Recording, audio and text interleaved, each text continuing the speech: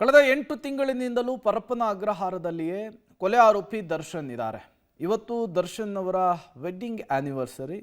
ಸಹಜವಾಗಿಯೇ ದರ್ಶನ್ ಅವರು ಕುಟುಂಬಸ್ಥರನ್ನು ನೋಡಬೇಕು, ಮಗನನ್ನು ನೋಡಬೇಕು ಅಂತ ಹೇಳಿ ಮನವಿಯನ್ನು ಮಾಡಿಕೊಂಡಿದ್ರು. ಅದಕ್ಕೆ ಜೈಲಾಧಿಕಾರಿಗಳು ಅಸ್ತು ಅಂದಿದ್ದಾರೆ.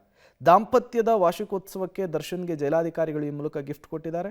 ಹೆಂಡತಿ ಮತ್ತು ಮಗನನ್ನು ನೇರವಾಗಿ ಭೇಟಿ ಮಾಡೋದಕ್ಕೆ ಜೈಲಾಧಿಕಾರಿಗಳು ಅವಕಾಶ ಕೊಟ್ಟಿದ್ದಾರೆ. ಮಾನಸಿಕವಾಗಿ ಕುಗ್ಗು ಹೋಗಿದ್ದಾರಂತೆ ದರ್ಶನ್. ಜೈಲಿನಲ್ಲಿ ಮೇ 15ನೇ ತಾರೀಕು ಜೈಲಿನ SP ಅಂಶುಕುಮಾರ್ ಅವರು ಪತ್ರ ಬರೆಯಲಾಗಿತ್ತು. ಬಳಿಕ ಅಲೋಕ್ ಕುಮಾರ್ ಅವರು ವಿಜಯಲಕ್ಷ್ಮಿ ಅವರ ಭೇಟಿಗೆ ಅವಕಾಶ ಕೊಟ್ಟಿದ್ದಾರೆ. ಜೈಲಿನ ಮ್ಯಾನ್ಯುವಲ್ ಪ್ರಕಾರ ಒಳ ಸಂದರ್ಶನಕ್ಕೆ ಚಾನ್ಸನ್ನು ಕೊಡಲಾಗಿದೆ. ಮಾನಸಿಕವಾಗಿ ಕುಗ್ಗಿದ್ದಾರೆ ಅನ್ನೋ ವಿಚಾರಕ್ಕೆ ಜೈಲಿನ ಮ್ಯಾನ್ಯುವಲ್ ಪ್ರಕಾರ ತೀವ್ರ ಅನಾರೋಗ್ಯ ಅಥವಾ ಮಾನಸಿಕ ಖಿನ್ನತೆ ಇರೋರಿಗೆ ಅವಕಾಶವನ್ನು ಕಲ್ಪಿಸಲಾಗುತ್ತೆ. ದರ್ಶನ್ ಯಾವುದೇ ಆರೋಗ್ಯದ ಸಮಸ್ಯೆಯಿಂದ ಬಳಲ್ತಾ ಇಲ್ಲ. ಮಾನಸಿಕವಾಗಿ ಕುಗ್ಗು ಹೋಗಿರೋದ್ರಿಂದ 30 ನಿಮಿಷಗಳ ಕಾಲ ನಾವು ಟೈಮ್ ಕೊಟ್ಟಿದ್ದೇವೆ ಅಂತ ಮಾಹಿತಿಯನ್ನು ಕೊಟ್ಟಿದ್ದಾರೆ ಅಲೋಕ್ ಕುಮಾರ್ ಅವರು.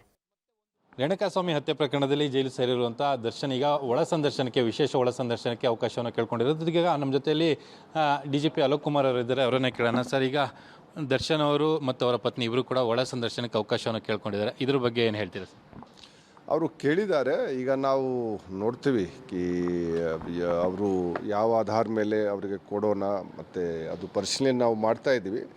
ನಾಳೆದು ಡೇಟ್ಗೆ ಅವರು ಕೇಳಿದ್ದಾರೆ. ಅವರು ಅಂಶುಕುಮಾರ್ SP ಅವರಿಗೆ ದರ್ಶನ್ ಅವರು ಕೊಟ್ಟಿದ್ದಾರೆ ಒಂದು ಅರ್ಜಿ, ಮತ್ತು ಒಂದು ಅರ್ಜಿ ವಿಜಯಲಕ್ಷ್ಮಿ ಅವರು ನಮಗೆ ಕೊಟ್ಟಿದ್ದಾರೆ.